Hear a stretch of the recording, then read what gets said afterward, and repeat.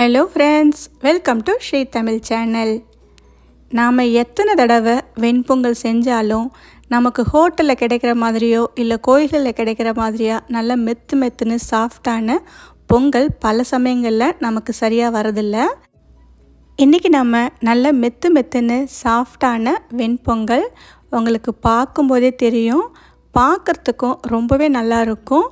அந்த நிறம் நாம் சில டிப்ஸை ஃபாலோ பண்ணால் பொங்கலோட நிறம் இந்தளவுக்கு வரும்.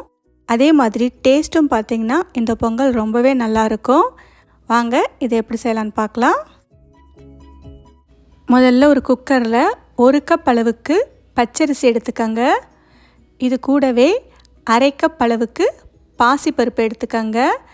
இப்போ இதை 2-3 தடவை நல்லா கழுவி எடுத்துகிட்டு வந்துடுங்க. அதுக்கப்புறமா ஒரு 5 கப் தண்ணி சேர்த்துக்கோங்க. எந்த கப்பால் அரிசி அளந்தீங்களோ அதே கப்பால் 5 கப் அளவு தண்ணி சேர்த்திங்கன்னா உங்களுக்கு பொங்கல் நல்லா குழைவாக இருக்கும். இப்போ பார்த்திங்கன்னா 5 கப் தண்ணியை சேர்த்தாச்சு.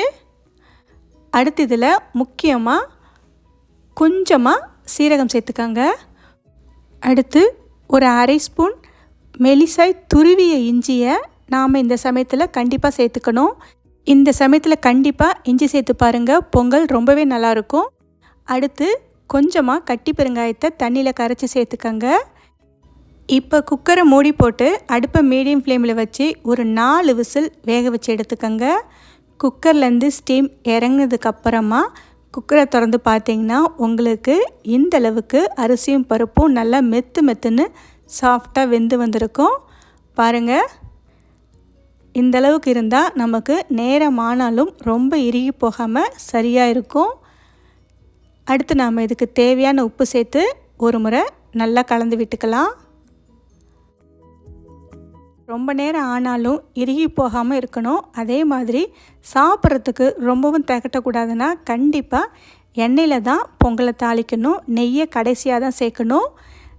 எண்ணெய் பார்த்திங்கன்னா சன்ஃப்ளவர் ஆயில் இதுக்கு ரொம்பவே நல்லாயிருக்கும். வாசனை இல்லாத எந்த எண்ணெய் வேணால் நீங்கள் சேர்த்துக்கலாம்.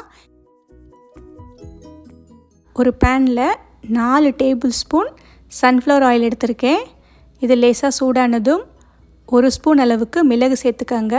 இந்த மிளகு கண்டிப்பாக நல்லா பொரிஞ்சு வரணும். அப்போ தான் பொங்கலில் நல்லா ஃப்ளேவர் இறங்கும். அடுத்து அதுலேயே இன்னும் 1 ஸ்பூன் சீரகம் சேர்த்துக்கோங்க. இந்த சீரகமும் நல்லா பொரிஞ்சு வரட்டும். அடுத்து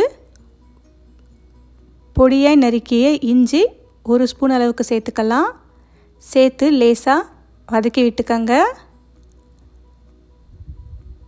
அடுத்து கொஞ்சமாக கருவேப்பிலை, உங்களுக்கு தேவையான அளவு முந்திரி பருப்பு, ஒரு 1/4 ஸ்பூன் அளவுக்கு பெருங்காயம், இது எல்லாத்தையும் சேர்த்து ஒரு முறை முந்திரி பருப்பு லேசாக செவந்து வர வரைக்கும் வறுத்து விட்டுக்கலாம்.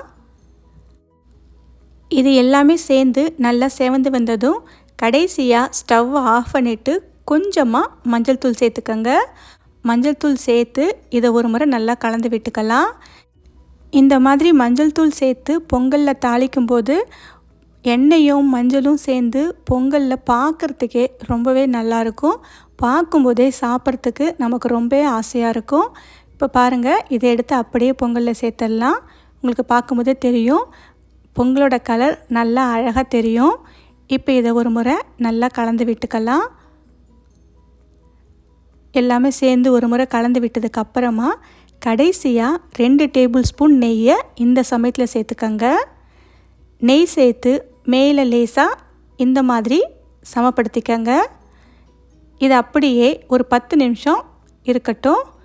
10 நிமிஷத்துக்கு அப்புறம் எடுத்து பார்த்தீங்கன்னா உங்களுக்கு சூப்பரான டேஸ்ட்டில் பொங்கல் ரெடியாக இருக்கும்.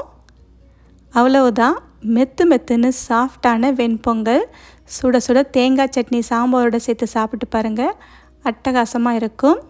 ஓகே ஃப்ரெண்ட்ஸ், இந்த ரெசிபியை உங்கள் வீட்டில் ஒரு முறை ட்ரை பண்ணி பார்த்துட்டு எப்படி இருக்குன்னு சொல்லுங்கள். இந்த ரெசிபி உங்களுக்கு பிடிச்சிருந்தால் லைக் பண்ணுங்கள், ஷேர் பண்ணுங்கள். ஸ்ரீ தமிழ் சேனலுக்கு சப்ஸ்கிரைப் பண்ணுங்கள். தேங்க்ஸ் ஃபார் வாட்சிங்.